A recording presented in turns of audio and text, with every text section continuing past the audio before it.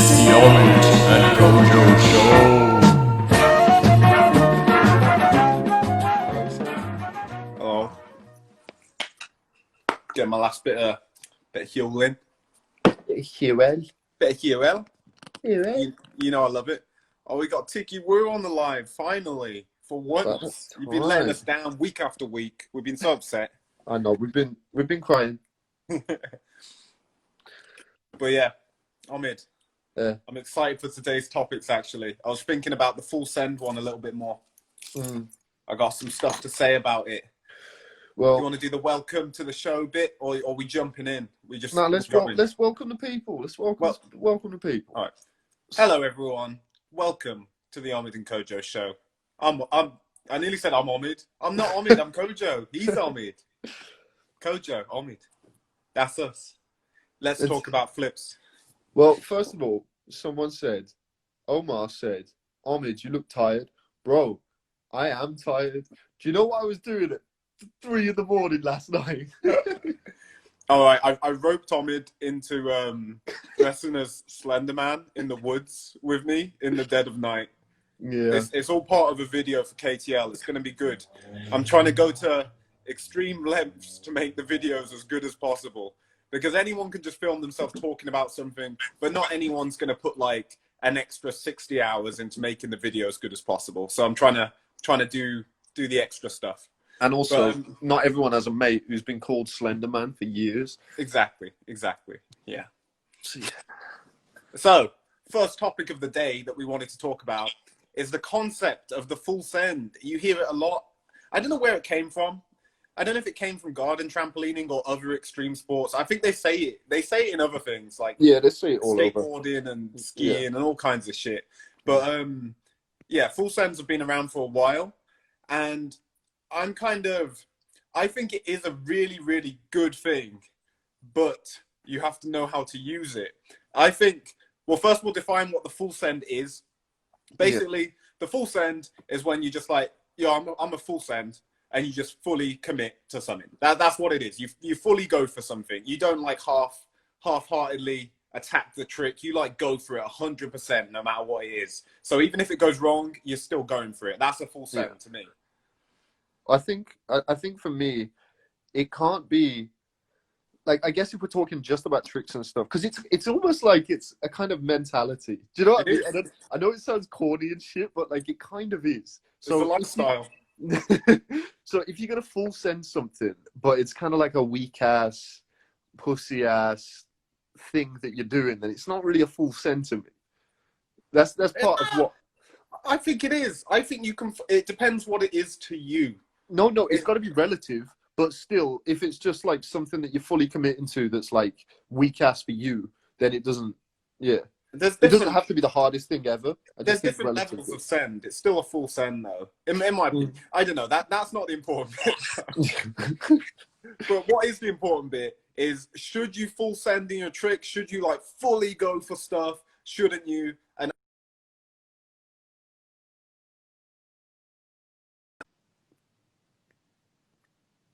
frozen. Yeah, sorry. Oh, okay, it's back. Yeah. So you don't want to be limited. You don't want to not be able to full send, because that's a huge problem that really like slows down people's progressions and stops them from landing things that they could land when they kind of half go for it and the hands come out halfway through. We've all done that at some point, like maybe early on. But so being able to have like the mental fortitude to fully commit to something, whatever it is really good. But you got to be careful how you use it. You don't want to be full sending on things that could break your neck, like the garden trampoline kids do, and then they get paralyzed. Like, if you know it's safe for you to try something, you got a safe environment, you've done the prerequisites, you're ready to try it, and you think you're probably going to land it, or at least land safely, that's when you full send. Yeah. I think there's two sides to full send, because like it can be really, really positive for you, but it can be really, really negative. And people, I don't know, again, because it's kind of like like a bit of a cliche, corny kind of thing, because it gets used by all these different YouTubers and shit, and like just various people using it in a corny sense. But it's like, if you break it down, it's just like a commitment thing. So you can commit to something when you're too soon, and then it's just retarded, and you shouldn't be full sending. But if you're committing to something, once you've made that decision, that you're going to do something is one of the most important things for you to do, to just commit and fully just be like, right, I'm going to do this to the best of my ability, and I'm just going to do it as hard as possible. You just got more of a chance of landing. If you believe you're going to land something, you got more of a chance than someone who doesn't believe it. And some of these comments here are raising the problem with how people think about this, actually. So Omar said, whenever I commit, I break something. And it's like, if it is a genuine risk of you getting hurt when you commit, then you weren't ready to be committing for that thing. You should have prepared it for longer. Yeah. And someone else, Richie, said, weigh the risks. If there's more than a 50% chance you'll die, then don't. And I know you're probably joking a bit there, but I'd say with full sends, you want to be at least 99% sure that you're not going to hurt yourself. 99% sure that you're going to at least be able to land safely. You should believe you're going to land it. You should be pretty sure, like, yeah, I'll do this. If not, but if it goes wrong, you should still know you're getting around safely. The problem is when you see kids who can barely do like a triple front on the trampoline and they're full sending a quad front, that is just the stupidest thing you can do, because they do get paralyzed sometimes. Yeah. But if a kid could do a triple front every single time and he was like dropping out of it every time, so he had plenty of airtime, then it would be smarter to full send, because he's not going to land on his head. If you can drop out of your triple, you're going to at least get around to your butt. So that's the time to full send. Yeah. I don't know. There's one guy here saying, 75%. And it's like, in theory, you're looking at it and you're like, well, there's a three quarters of a chance that I'll do it. And I like those odds. But to me, that 25% is not worth it, because that 25% could put you out. Even if it's just a few weeks, it's not fucking worth it. Because overall, if you do that more than once, even just doing it the once, you're not going to progress quite as fast, and you're going to end up being held back by this kind of, I don't know, this odds type thing. So you want to be like as sure as possible. You want to be like you want to be as close to 100% as possible. And 75 to me is just too much of a risk. Yeah. Yeah. And I don't know why I'm always thinking about this stuff, but this morning I was thinking about like, think of it like a roulette table. All right. So you're gambling. Maybe it's a 50-50 or whatever. Or maybe you've got all the numbers but one. But would you gamble everything you own, your entire net worth, like your car if you have one, all the money you have? Would you gamble all of your possessions on something where you have a 90% chance of winning? Would you gamble everything you own, like all the most important things to you? Probably not. Well, if tricking is your passion in life, and also it's about your health. Like, if you pick up a bad injury, that's going to affect you for years on end. That could affect you for your entire life. Yep. So it's kind of as serious as if you're putting everything you own on a roulette table when you go for something where you're not sure you're going to land it, you know?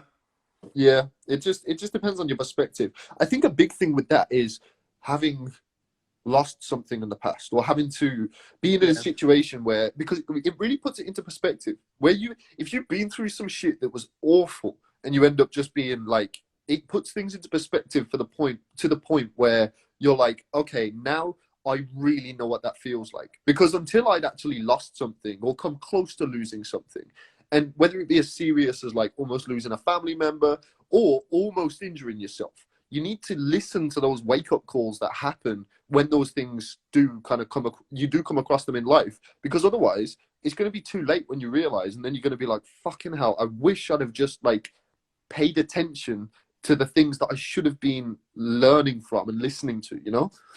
Yeah. Yeah. And I think Richie's raised a good point there. He said, I think the percent of danger deciding if you'll send it varies on the circumstances and equipment you have access to. And that's exactly right.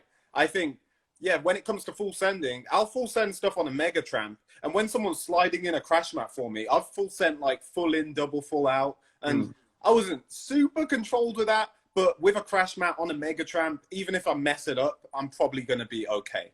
Yeah. But there's a big difference when it's like you're doing something on concrete, or if you're doing a double back on grass. I wouldn't, like, anyone who does a double back on grass without doing it in the gym like 500 plus times, it's just, that's an insane, pointless, stupid risk to take.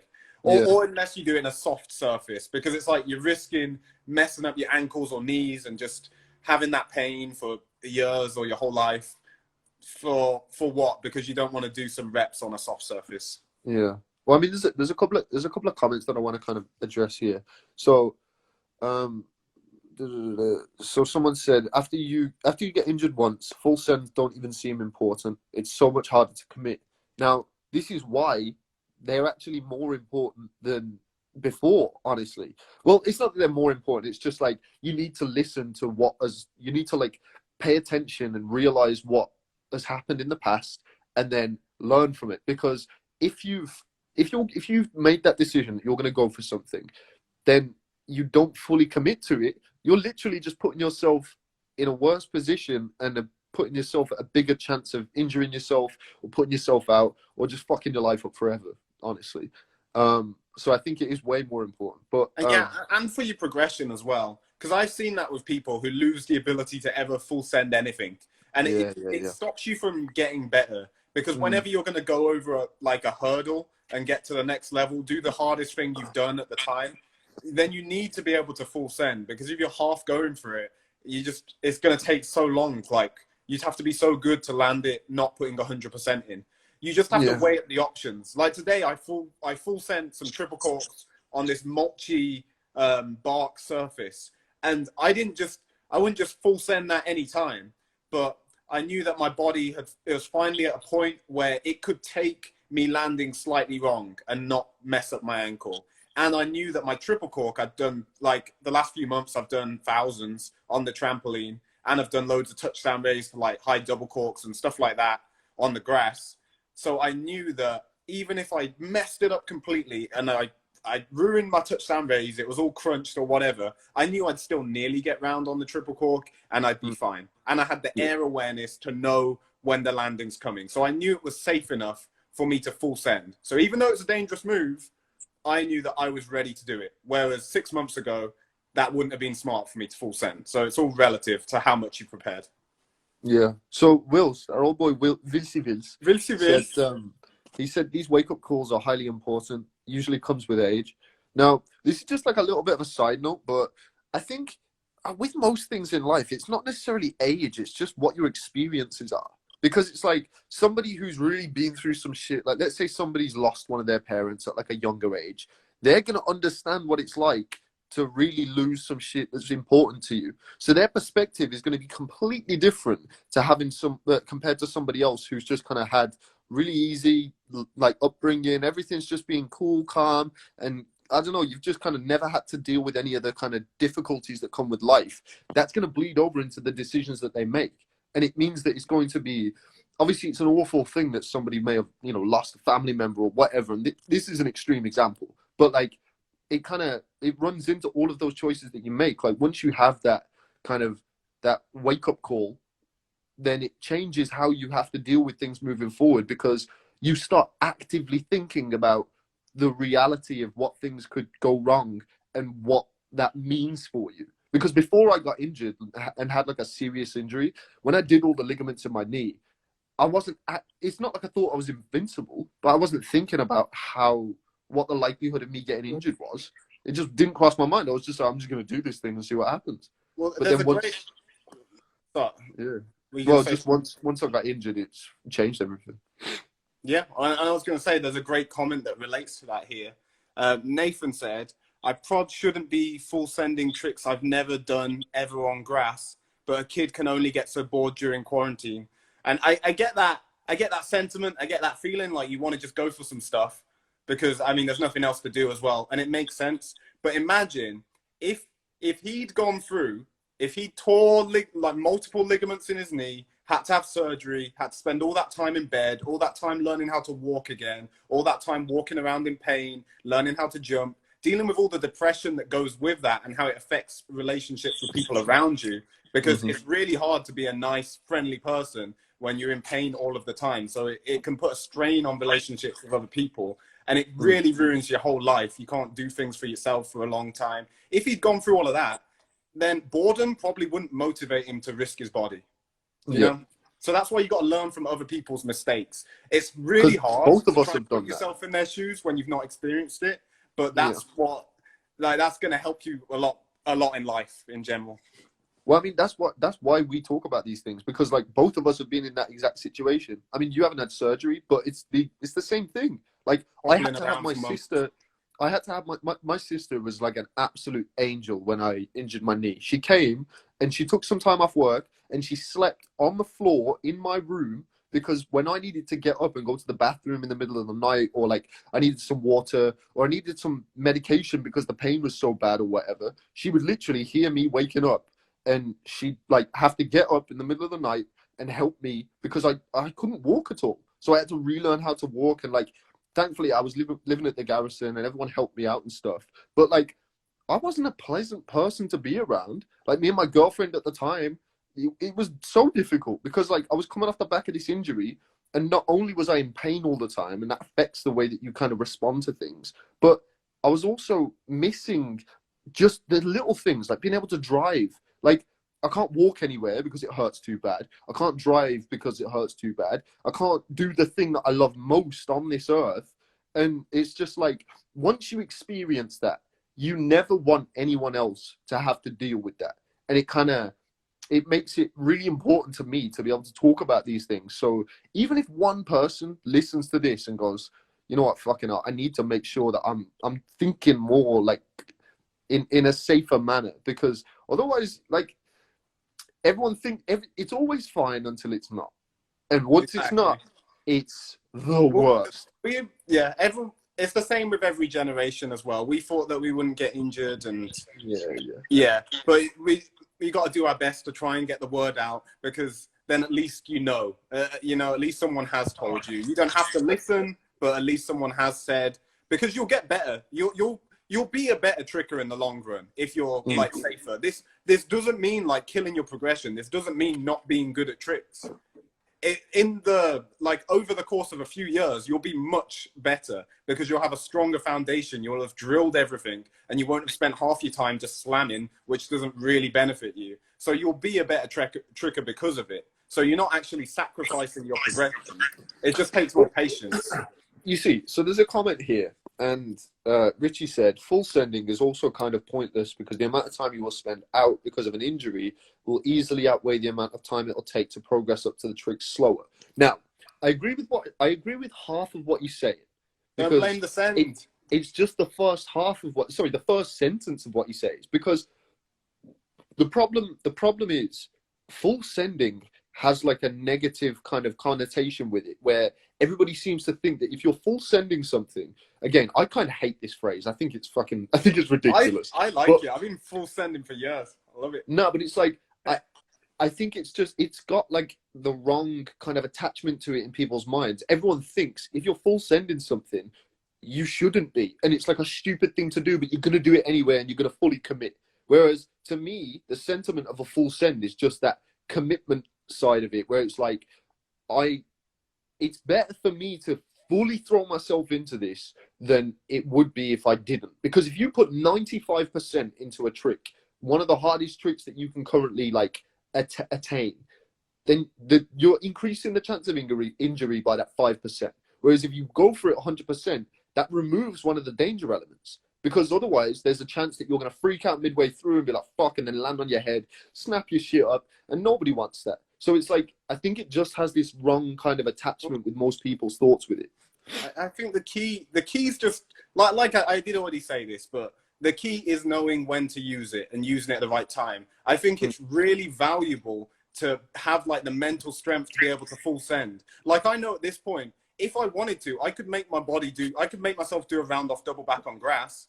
Probably wouldn't go well. I'd probably hurt myself, but I know I could make my body do it. And that's a really good thing to have. You want to be able to make your body do whatever you want it to do, but then it's up to you to be smart about what you make it do. So full sending is good to be able to do that. You don't want to have limiting things in your head, not letting you fully go for tricks that you should be fully going for because you're ready. So it's a balance. It's a balance thing. Yeah. I'm just reading one of these comments here. It says, so you think it's important to think about the possibility of if I hurt once you have decided to commit, of getting hurt once you've decided to commit, because once you think about getting hurt, you're more likely to bail and actually get hurt. Exactly. Exactly. wait. So you think it's important to think about the possibility of getting hurt not once you have decided No, to commit, yeah. before you decide to commit. You Yeah. think about it first. You think, is this dangerous? Is there a 99% chance or more that I'll be fine? If there is, then fully commit to it. That's what I did with triple court today. I knew my body was ready. I knew I had a safe enough surface, and I knew that I would be fine. I knew there was a very good chance I wouldn't hurt myself, so I committed to it. Now, I could have committed to it 3 months ago. I've done it in the gym, but I didn't, because I didn't have that 99% certainty. So, Okay. so decide first and then commit. Like, so that's kind of got me like thinking about. There's two different types of things that you can kind of weigh up when you're deciding whether you should commit to something or not, or like full send something or not. And it's whether the chances of you landing it and then the chances of you hurting yourself. Because if the chances of you hurting yourself, they can be kind of different to whether you're going to land it or not. You might have a lower chance of landing it, but you might have a higher chance of not hurting yourself because you know you've got the control. Or if it's safe surface, like yeah. So it's like you need to kind of weigh up both because they're not always perfectly in line. Phil Al tricking is you're not getting it. He said, but once you start thinking about the possibility of injury, you're more likely to bail. So you think about the possibility of injury before you decide to try the trick. You're not doing the trick yet. You're like, is it safe for me to do this? If no, you don't do it. You do other stuff. If it is safe for you to do it, you stop thinking about the possibility of injury and you start focusing on committing to that trick because you already know it's safe. So you're no longer thinking about injury. Yeah, you don't want to get caught into this. You don't want to get caught into this idea that like if you think about injuries and stuff, then you're going to injure yourself. Yeah. In a way, you should always be thinking about injuries. Now, let me explain. Because like if you don't think about injuries, if you're always avoiding it because you think, oh, well, if I think about whether I'm going to injure myself, then there's a bigger chance. It's like, no, if you think about whether you're going to injure yourself and you're completely honest and you understand your level and you're honest with that level to yourself, then once you've decided whether it's a good idea or not, because you know that you've got like a 99% chance that you're not going to get injured, then at that point, you don't think about injuries. But before that, you should be, because if you're not thinking about whether you're going to get injured or not, you have no fucking clue whether it's a good idea or not. Yeah. Well, I think got a little anecdote about this one actually. So when I was younger, before I wrecked my ankle loads of times and ruined it, then there used to be much less of a risk of me getting injured. I had a younger body. I hadn't had as many injuries in the past. So there was a less chance of me hurting myself. But I was getting hurt more than I do now. Now I'm tricking on an ankle where if I land even slightly wrong once, I'm injured. Whereas before I could have done that 10 times and been fine. Yet I used to get injured more than I do now because I built up the skill of being able to like figure out what's dangerous and what isn't dangerous and then do that. And even if I know I can land something, that doesn't mean I'm going to go for it. I'm going to wait until I can definitely land it. And that way I don't get injured anywhere near as much. I'm actually progressing faster. It just takes more patience and self-control as well. Yeah. What's that comment? Honey Sekbatos said, my girlfriend doesn't want me to watch your stream, so I'm pretending to be on the toilet so I can watch it. Why doesn't she want you to watch them? Well, she probably wants him to hang out with her. Nah, listen to some men talk about flips on the internet. Do that instead. Yo, I appreciate the commitment. I'm a big fan of that. You see, this is why the Church of Shramid is the greatest followers. They're the greatest followers in all of the world. You're all just the greatest, and you're the most elite squad of followers that this world has ever seen. But anyway, back to your regular scheduled programming. On that note, I think we should talk about our other topic, our next topic. What was that topic? Do you remember it? Which is, I've got a few written down. All right, it's a bit of a vague one actually, but just the idea of people comparing themselves to other trickers like that you see on the internet, on Instagram and whatever. Because everyone to some extent, I think, is guilty of this. We're all going to be affected by it different amounts. And I'm sure some people will say, yeah, I watch all these trickers. It doesn't affect me at all. Well, it probably does. Even if you're not aware of it, it probably does in some way, you know? So I think it's important to acknowledge that it is going to affect how you think. No matter if you're working on a trick, let's say you're working on cork and you see a kid doing quad cork combos again and again, then it is going to change the way you think about your cork. You'd be more pumped about landing your cork if everyone wasn't doing like all these crazy triple corks and stuff. Yeah. You know, it's going to affect the way you think. So yeah, let's talk about that. I don't know. For me, it's like it's almost like it's like a creeping thought. It's not like a super like conscious. I think about it and I'm like, oh, I really want to try this thing because everybody else is doing this, that, and the other. It's almost like it just kind of it plays in the back of my mind while I'm kind of living my life and thinking about tricks or training or whatever. Because like sometimes I'll be thinking something and I'll think to myself, why do I feel this way? Why am I thinking this? And then I kind of backtrack and like try and figure out why it is. And a lot of the time it is because I have this, not only do I have this constant need for progression and wanting to be better because where I'm currently at, like I want to be better. But then on top of that, I'm seeing everybody else do these things, whether they're kids, adults, it doesn't make a difference. Like it's just, it pushes you further into this kind of trap of being like, oh, I need to be better and then even better and then even better. But it's like, if you kind of let those thoughts control what it is that you do, then you're going to end up in a situation where you're trying shit that you shouldn't be in order to rush progression. And you don't look at things in terms of the long term. And once you start looking at just the short term, that's when you start making stupid decisions. Well, it's not just that. It's not just the danger thing as well. It's just your overall view of your tricking. Like, it's harder to be as happy with your achievements if you're constantly seeing people who are really good and if you're comparing yourself to them. You know the quote, I don't know, I forgot who said it, but comparison is the thief of joy. The thief of joy. Yeah. Yeah. So you don't want to compare, but I know a couple of the comments have mentioned this. You want to use it for inspiration. That's a really good thing to do. And also, Richie said that it's kind of pointless because none of you had the same opportunities, circumstances, and equipment. And that's absolutely true. And that's something that I think about.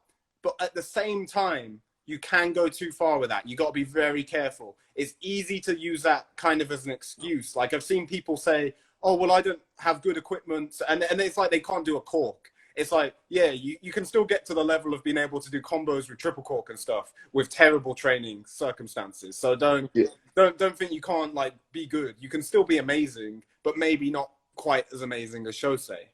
So yeah, I think considering all of that is really important. I think like a huge part of all of these topics that we're kind of covering today, they're all kind of rooted in the control of your thoughts, I guess. Yeah. It's not necessarily the control of your thoughts because controlling like, emotions in some way. Yeah, because it's like using the thoughts that you're having to then kind of address why and like actively think, why do I feel this way? Why is it that I want to make this kind of decision? And just like thinking a little bit more deeply into what it is that you're thinking, because you don't necessarily need to control what you think. You just then need to act on it in the right way. Because like I have moments where I'm like, oh fuck's sake, like everyone's so much better than me. I hate it because like I feel like I'm letting myself down and like I'm not fulfilling my true potential and I'm not training hard enough. And if I just constantly allowed those thoughts to then dictate the actions that I took, I'd run myself into the ground. I'd never be happy, and I'd just be unhappy as a whole. Whereas what I do is I kind of address those thoughts and then I think for just a moment and I'm like, I should be proud of certain things and I just should also be trying to progress, but doing what's best for me right now.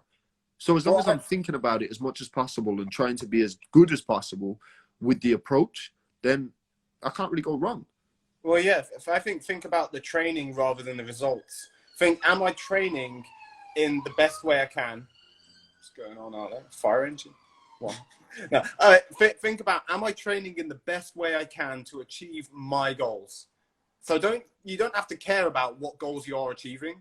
Just focus on training in the right way to get there, and eventually it's going to happen. I think when you focus too much on the goals, if it doesn't happen when you want it to, it can really hit your motivation. It can make you like not enjoy your training as much. You're like, oh, I wanted to get double full by June, but I haven't got it yet. But if you throw all of that out and just focus on, am I training as hard as I want to train? And if yes, just be pumped about that, because eventually those gains will come in their own time. Right, there's two things that I want to address here. Well, actually, the last three comments are pretty great. Okay, the first one, if you don't have a trampoline or gym, how do you get to do tricks like full in that are really dangerous? Should you just give up? Should you just give up Should you just give up on them? Sorry, my tongue's too big for my mouth. I can't speak. you improvise. You improvise. Don't, like, it doesn't matter how hard your circumstances are. I talked about this in my fear video, actually, that I'm making at the moment. And a really good example is, look at the team PK Gaza. They live in the Gaza Strip, and they can do full-ins. They learn full-ins. Like, there is no excuse. No matter where you live in the entire world, if you actually want to get good at tricking, you can figure it out. Find sand. Everyone, find some sand. Maybe there's no sand. Find some bark. Find some mud. Use cardboard. Like, you find an old mattress. Buy a trampoline. If you can't afford a trampoline, then try and maybe get a job, save money, eventually get a trampoline. And I'm not saying all these things can happen like straight away, but if you're prepared to put in, like, really put in hours and hours every day over the course of months or years, you can get the equipment you need. If you wanted to learn full in, do really high falls, keep training them constantly, and then find that sand pit or find some mud or get some old mattresses. Like, anywhere in the world, they learn. There's loads of really poor places, you know, when you see like, or kind of slum looking towns in Africa and shit, and people are doing double backs there. Like, you find a way. You've got to find a way instead of an excuse. Someone said, that if you are going to figure it out, it's going to be more dangerous than gym, so you have to full send. No, I just said why you don't have to full send. You figure it out. It's just because it's more dangerous. It just means you spend more time on it. Yeah, You're not getting anything, this guy. But yeah. Well, I mean, okay. So for the majority of the people that live in the Western world, like, obviously there's going to be people that are in slightly more difficult situations than others. Like, if you're from a low income household, or I don't know, you need to work because for whatever's going on in your life, there's always going to be a way that you can figure it out so that you can get yourself a job. It just depends on how much you want it. That's literally all it comes down to. How bad do you want something? Because if you don't want it bad enough, but you're happy to talk about it, it's a very different thing. Talking about it and then just putting in the work to make it happen, they're completely different worlds. It depends, because then it's not worth it to you. Like, I'm not saying that everyone should do that. I'm not saying everyone should do this. But if you really did want to, if you want to get full in that bad, then you can find a way to learn it safely. Like, anywhere in the world, like, you can find a way to learn it safely. People do across the whole world. Yeah. Like, you don't have to you just prep and prep and prep, and you find something soft and you train onto that, and eventually you get it. Like, it might take longer. It will take longer than doing it in a gym, but that doesn't mean you can't do it. Yeah. And the other one, the next one that I wanted to talk about was, so Connor said, I don't know what the topic is, but I find when I compete, I start to compare myself to other pro athletes and other people, which takes a toll on my mental state. Now, this is a really difficult one, because the whole point of competition is to actively pit two people, just in this particular scenario, to pit two people against one another to see who is better than the other on that particular day. Now, there's various different things that you can kind of do, and from my experience, in my opinion, that can help that. Because it all just comes down to perspective. If you're going into a battle and you are desperate to beat somebody because you want to just seem as though you're better than them, then you're probably going to end up walking away from it with, even if you win, it's only a short-term win, because there's always going to be someone bigger and there's always going to be someone badder than you. So it's like, you need to, the best way to approach these kind of things is to kind of be competing against yourself / just trying to do the best that you can do. Yeah. And if you kind of tune your brain into thinking that way, then you're never going to be disappointed unless you let yourself down. And even if you let yourself down, you can still then walk away from it and just be like, well, this is what I need to improve on. This has been a good thing because I've learned X, Y, Z. Yeah. Yeah. You're still going to benefit from it, even if you fail, if you try really hard at something. But Yeah. me and Omid used to compare ourselves lots to the very best trickers in the world. And I think that early on, I do think that is a good thing because it's going to push you to get better. If you are comparing yourself to like Shosei or whatever, then getting your first double cork, it's not going to seem that hard. You're watching this kid do quads all the time. Double's not going to seem as hard in your head. So you are going to get big mindset gains from that. But you got to be smart about it. Like me now, okay, I try and use competitiveness a bit to my advantage, but I think being really aware of your own tricking goals is really important.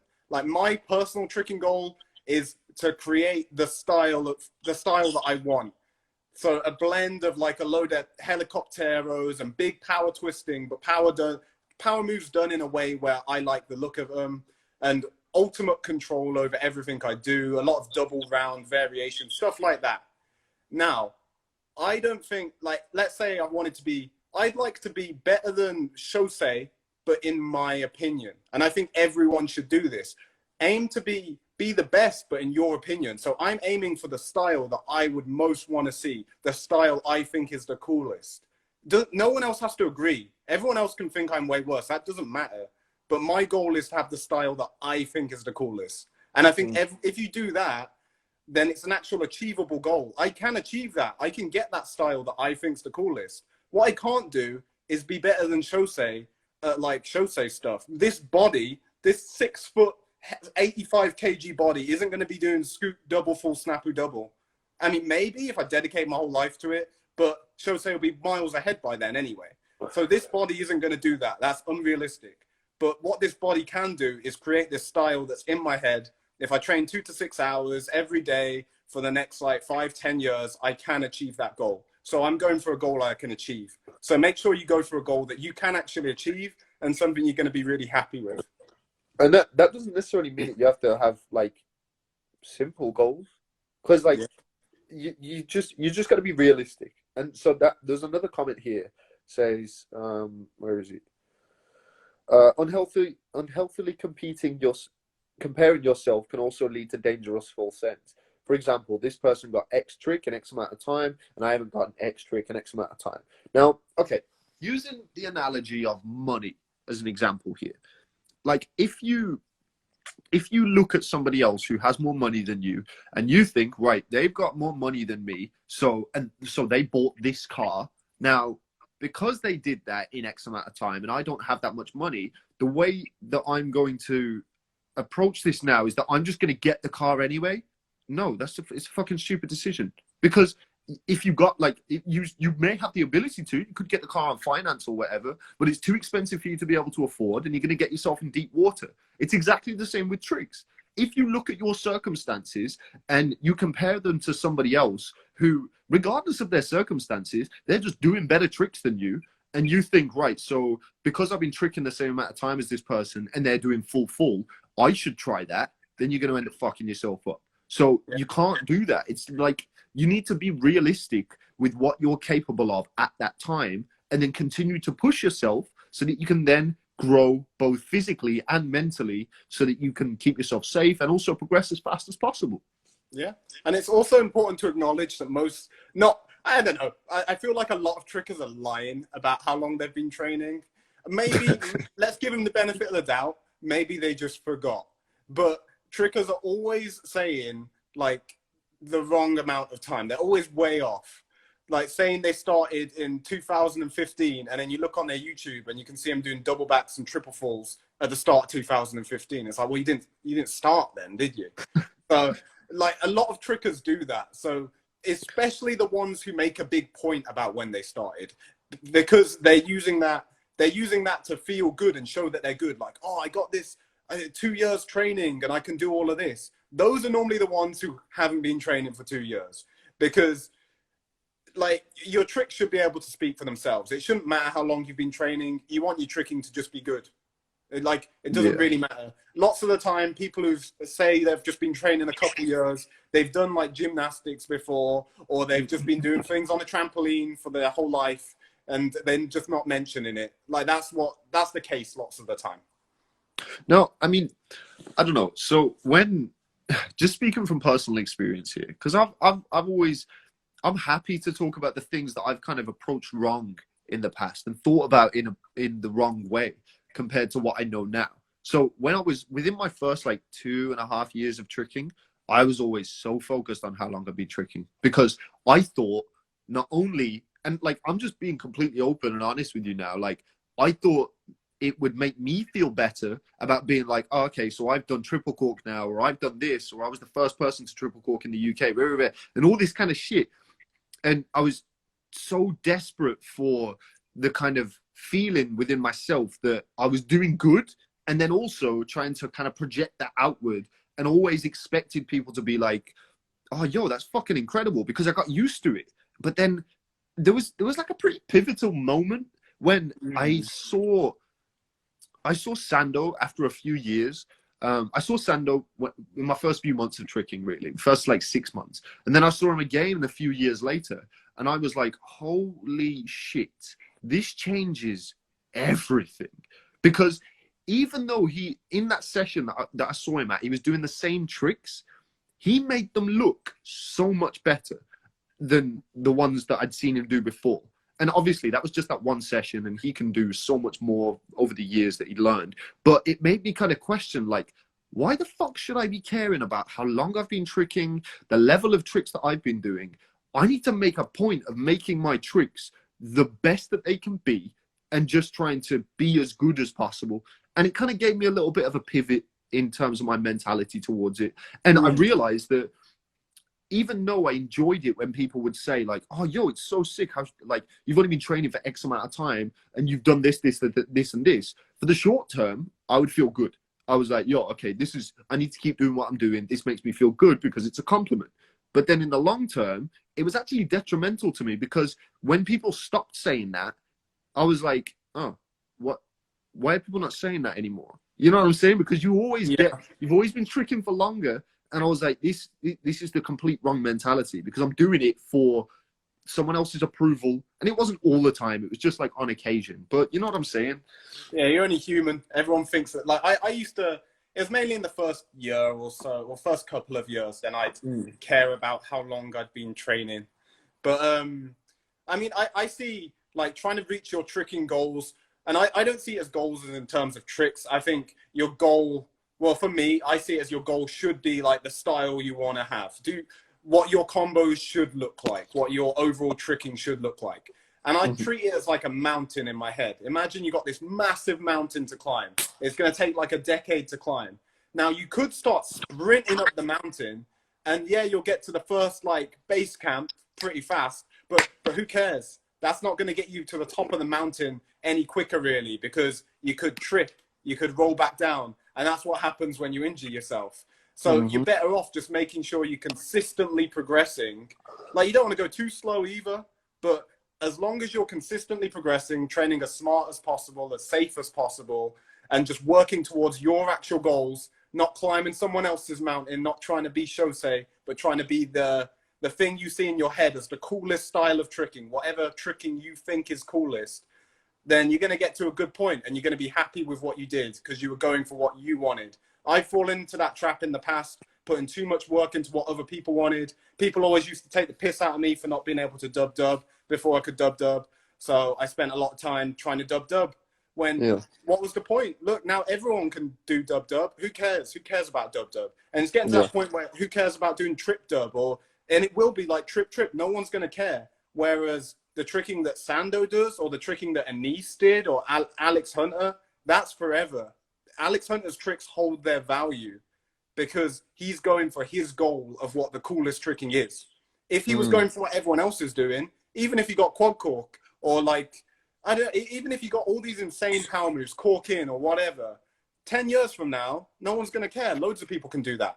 Whereas 10 years from now, Alex Hunter's tricking is still going to be cool, just like Anise's. It holds its value if you go for what you think is cool instead of following. Yeah, it is hard though, because this is where the comparison shit comes in. Because think I've been tricking for like probably like 9 years now. Um, yeah, it's probably about 9 years, and I've it's taken me up to this point, literally in the past. I would say there's been like two main pivotal points within my training that have like been the biggest kind of influences to how I've moved forward with my training and my approach to tricks and all that kind of shit. And the first one was when I got my first major injury, which was my knee. And then just recently, over the past year or so, everything's just kind of shifting in my head. And Yeah, it's same. not all down to me. It's kind of because both Kojo and I are going through this kind of development period, because obviously the world's going topsy turvy, and we've got all these different things going on within our business lives and personal lives and all this kind of shit. So it's like a really kind of, I don't know, it's just a changing time. And along with that, our perspective and our thoughts and our brains are developing in ways that I never really considered before. And as a result of that, it's meaning that like I know that moving forward, the things that I'm going to be doing, I'm not in so much of a rush, if that makes sense. But by not rushing, I know I'm going to be better as a result. And it could have come from things that are completely unrelated to training. Because like, I don't know, but like the situation with my clothing brand, like when I lost a bunch of money because I had a delivery go missing, that put shit into perspective for me. And then that made me start thinking about my tricks, because I was like, fucking hell, like I would actively think like I've just lost like thousands of pounds. How much worse would this be if I couldn't trick? And then because of that, I was like, I need to start training in a more safe manner, and I need to start thinking about like longevity, as opposed to just being like, no, I feel like shit right now, so I'm gonna go to the session and do the hardest shit I can. In the long run, it's much better for me to approach it in a more like reserved manner, I guess. I think people, because like the older generation than us, I've seen a lot of problems with that though as well. I think you can go too far with it. People think, oh What, will you well, end up being a bitch? they think my main focus is to be able to continue tricking, which is Oh, yeah, awesome. yeah. Which is awesome. And I think about that same thing. I want to be able to trick as much as possible, spend as little time injured as possible. But I also want to be really good. I also want to achieve my goals. And lots of people think that you can't have both. You know, you can't still achieve a really high level and achieve your goals and not get injured and be really safe. But I think you can do both. It just takes a lot of patience. You have to be Yeah. prepared to spend years like training for a specific thing. Like take swing 9 double snapu. I want to be really good at doing swing 9 double, like, and then twisting it. Now I've kind of landed it, but I'm not in a rush. I've been training it for over a year, just training the prerequisite, because I want to get it like really, really good. And then I'll start doing the twist more, and then I'll drill that. Now, I'm sure plenty of other people could try it in a month or 2 months and maybe get in a session. But that doesn't really affect my progression. I need to do it my own way. Because if I'm trying to do it the same way other people do it, bigger chance of me getting injured, not going to be that good in the long run. Like, just don't be afraid of taking your time. Like, have big goals, but if they take 5 years, they take 5 years. Don't try and rush it and put yourself out because of it. Yeah, I mean, again, like, as long as you're like actively trying to learn throughout life with any of your experiences, whether it be personal, work, like training wise, like all of these things kind of cross over, because there's been experiences where I've like rushed things with tricks and then it's ended up fucking me over. And then the exact same things have happened with business. And then the exact same things may have happened in like personal relationships or whatever. Like, not so much personal relationships, but like you need to like apply all the things that you're learning from each different facet of your life to all the other things, because it's all applicable. Like, you can learn something from business, or you can learn something from a relationship with somebody that applies directly to your training if you just kind of tweak it a little bit.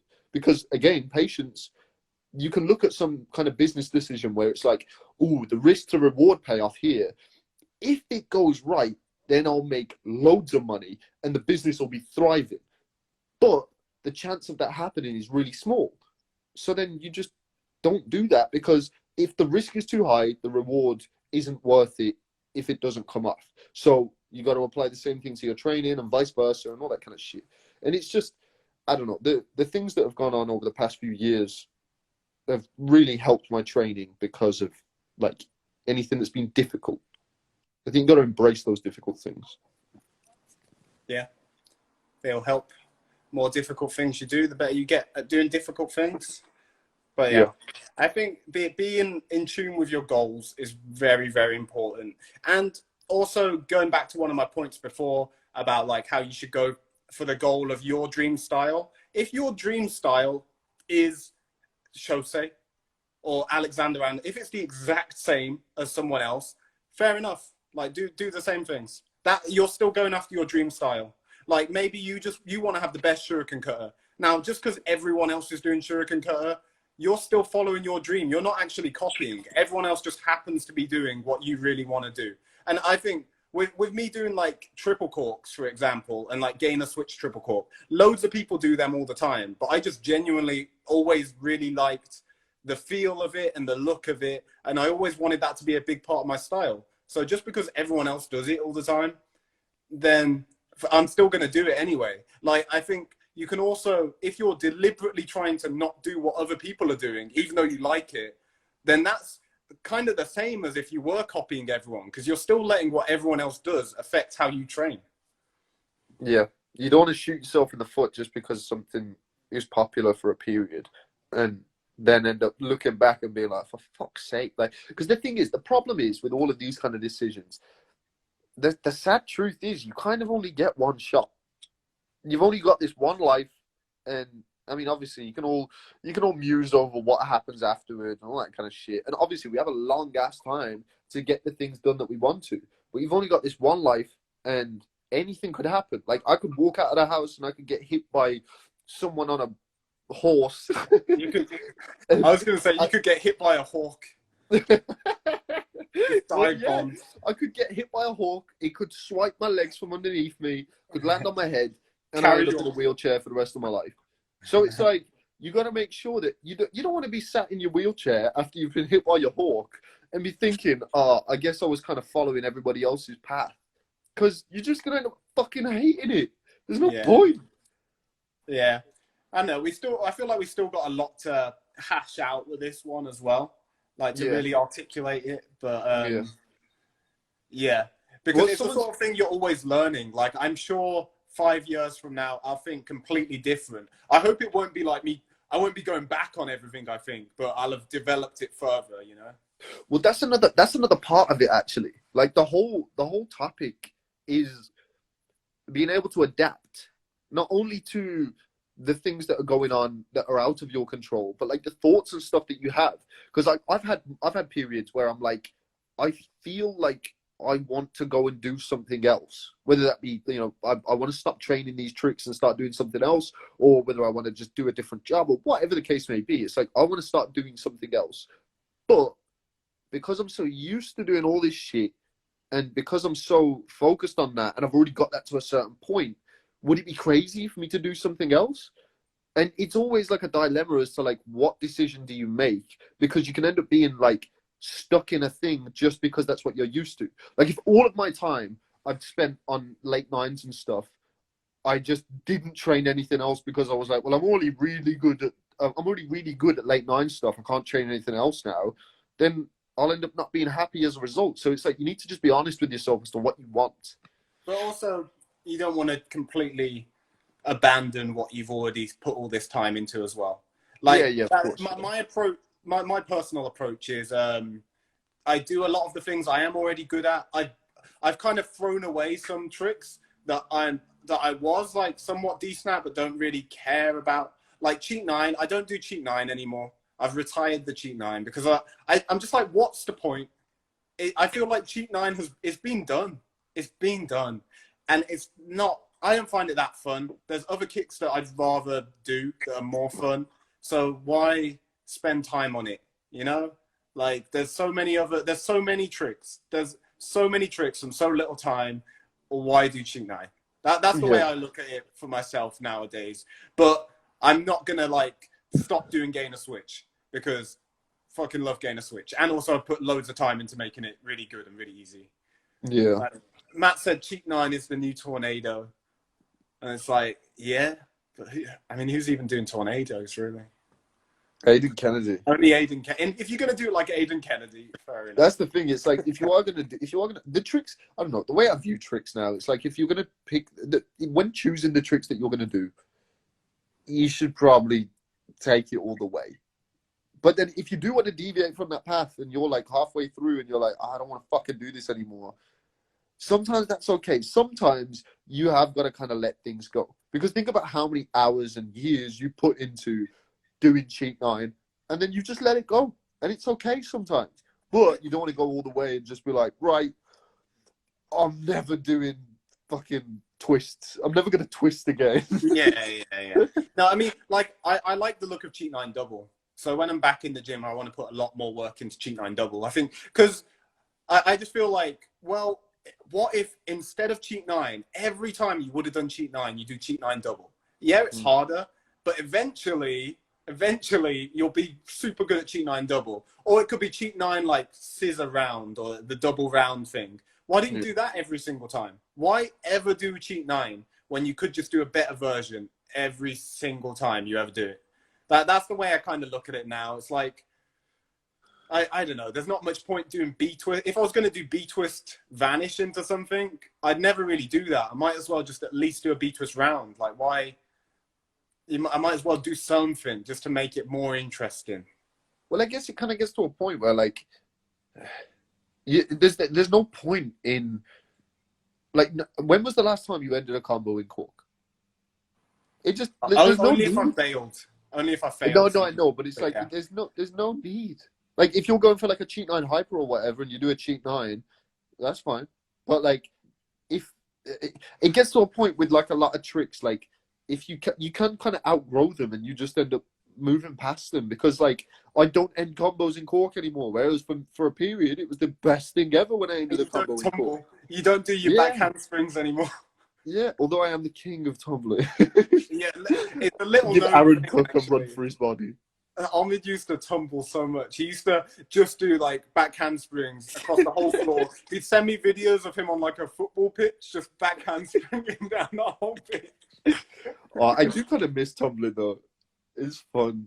Like, yo, okay. So something I'm gonna be doing soon. I'm gonna back handspring a mile. I'm gonna be back handspring a mile because honestly, why the fuck not? Yeah. Do it for the COVID. And I'll do it for a good cause somehow. Do it for some African babies.